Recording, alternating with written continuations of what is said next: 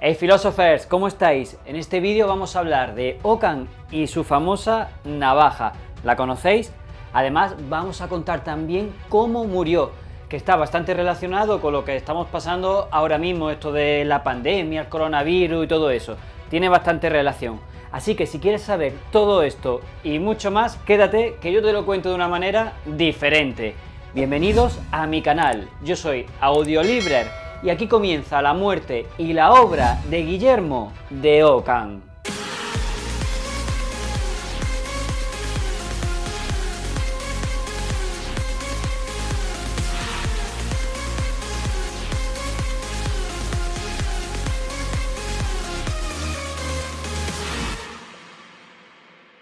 Bueno, para entender un poquito a don Guillermo de Occam hay que repasar primero el contexto histórico donde vivió. Él nació entre 1280 y 1288, no se sabe exactamente con seguridad, y murió en 1389. Es decir, que le tocó la suerte de vivir en la primera mitad del siglo XIV, una de las épocas más convulsas de la historia. Pero vamos a ponernos en situación. Mirad, en lo político, estos años vinieron marcados por la lucha entre el Papa Juan XXII y Benedicto XII, respectivamente, y el emperador Ludovico el Bávaro. Y si dejamos de lado la lucha celestial y nos vamos un poquito más a ras de suelo, en Europa comienzan a escucharse los primeros latidos de una conciencia democrática, tanto en Alemania como en Inglaterra e Italia. En lo religioso, la orden franciscana se encuentra en el centro de todas las miradas. ¿Por qué? Porque defiende la pobreza evangélica y critica la riqueza y el lujo que rodeaban en ese momento al Papa, al alto clero y a las demás órdenes religiosas. Cosa que no tiene nada que ver con los tiempos de ahora, ¿verdad?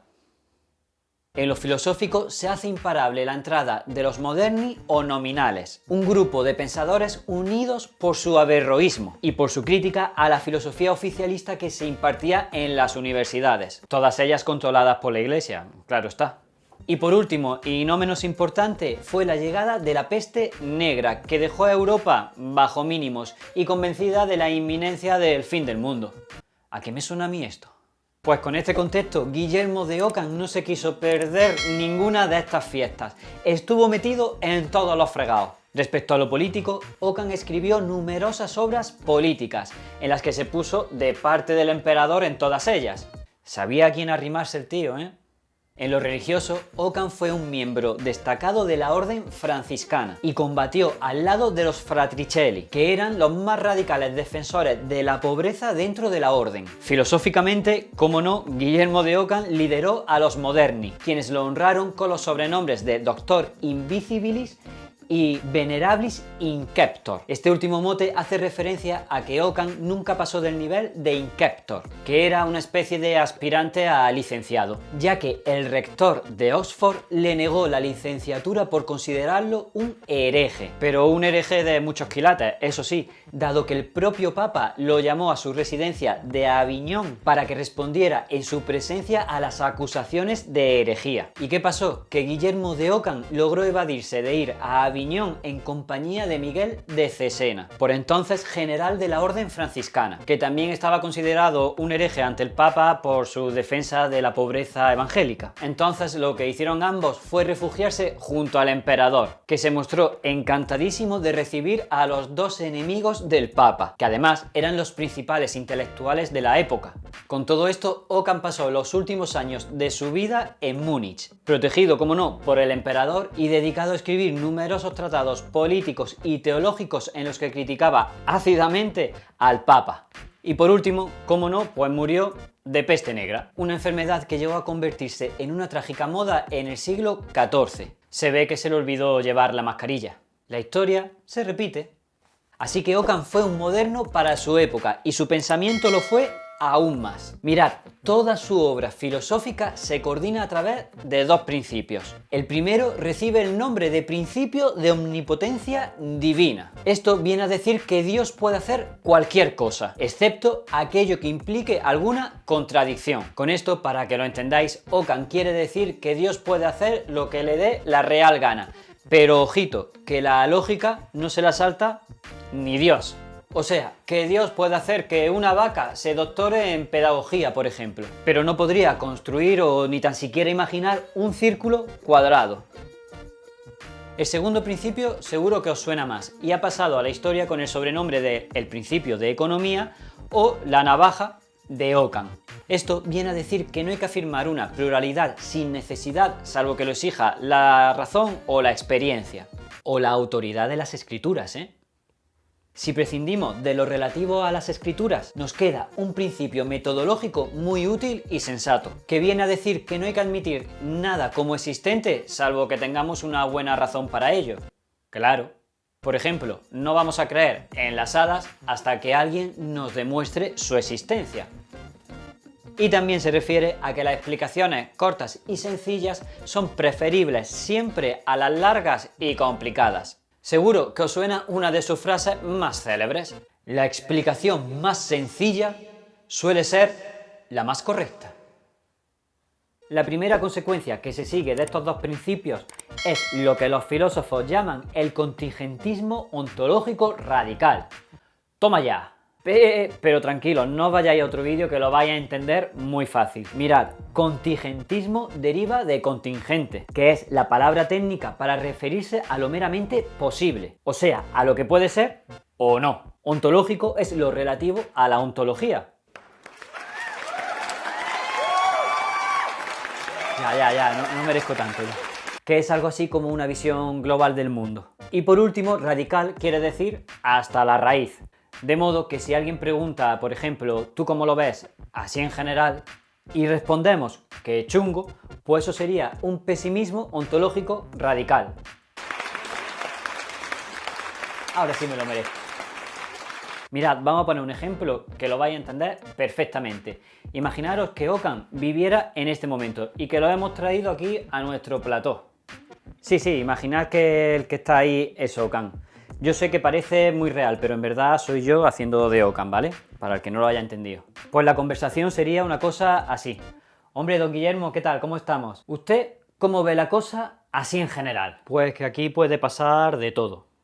¿Y eso por qué? Pues a causa del principio de omnipotencia divina. ¿Me lo podría explicar un poquito mejor? Claro, hombre. A ver, que si Dios es omnipotente, mañana podría decir que el sol salga por el oeste, por ejemplo, o que los ángeles cacareen y las gallinas canten misa, o que el plomo flote en el mar y el aire nos queme en los pulmones, o que las vacas cacen leones, por ejemplo. Pero vaya lío, ¿no? Bueno, tampoco es para tanto, ¿sabes?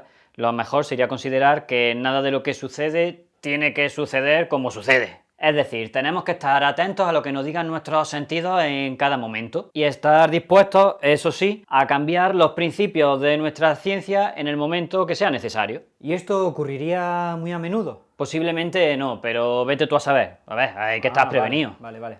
Gracias, Guillermo, gracias. Pues aclarado un poquito más esto del contingentismo ontológico radical, vamos a pasar a otros pensamientos de Ockham. En cuanto a la política, nuestro filósofo agarra su principio de economía y se lía a navajazos. Y dice que no existen ni la sociedad, ni la ciudad de Dios, ni pamplinas. Solo existen individuos, es decir, Juan, María, Pepe, Audiolibre. Y son estos individuos los que tienen que otorgar el consenso al gobernante, cuya legitimidad depende únicamente de ese consenso, ya sea directo o a través de los electores. Qué buen pensamiento, ¿eh? Escuchad esto, respecto al Papa les recomienda que no se complique la vida y que se dedique a lo suyo, es decir, a repartir bendiciones y esas cosas y que no se meta en política. Es más, piensa que para remediar los males de la Iglesia habría que convocar un concilio universal en la que los laicos, las mujeres incluidas, tuviesen una representación paritaria con los clérigos. Y este concilio sería la autoridad suprema de la Iglesia, por encima del Papa. Una bomba para el siglo XIV.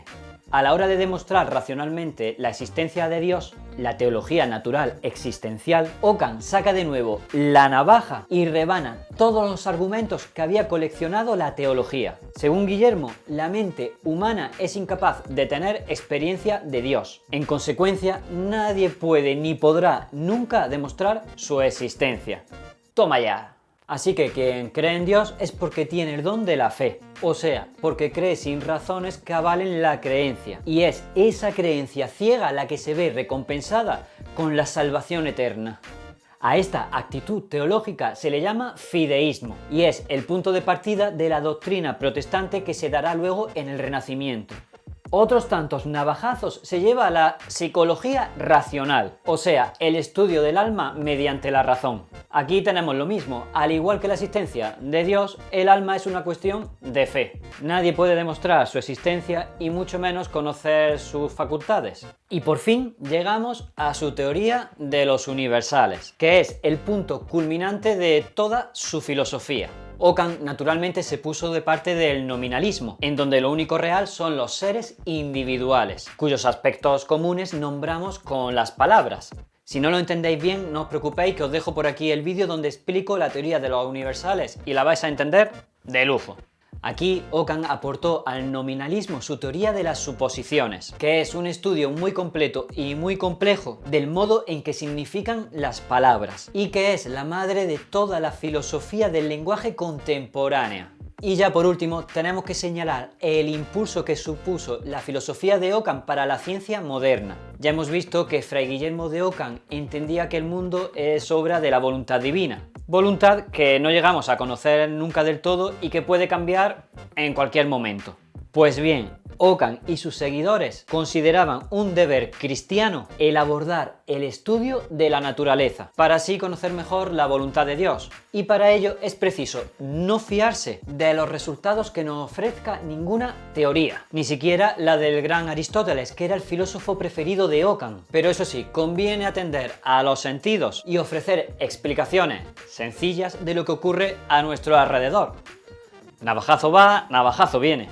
La eliminación del argumento de autoridad, el principio de economía, la exigencia de revisión de todas las teorías y la llamada a la observación empírica son la base de la ciencia moderna, y todas ellas están sólidamente establecidas en Guillermo de Ockham.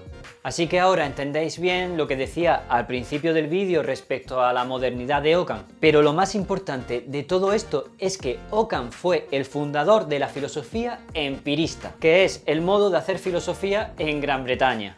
Y dicho esto, espero que hayas conocido un poquito más sobre la muerte y la obra de Guillermo de Ockham, y si es así, solamente te voy a pedir que te suscribas, que le des a la campanita para que no te pierdas ningún vídeo de esta saga, me dejes un like y le eches un ojillo al vídeo este que te sugiere YouTube, que dice que te interesa, seguro que sí. Así que nos vemos en el siguiente vídeo sobre la muerte y la obra de los filósofos. Adiós, filósofos.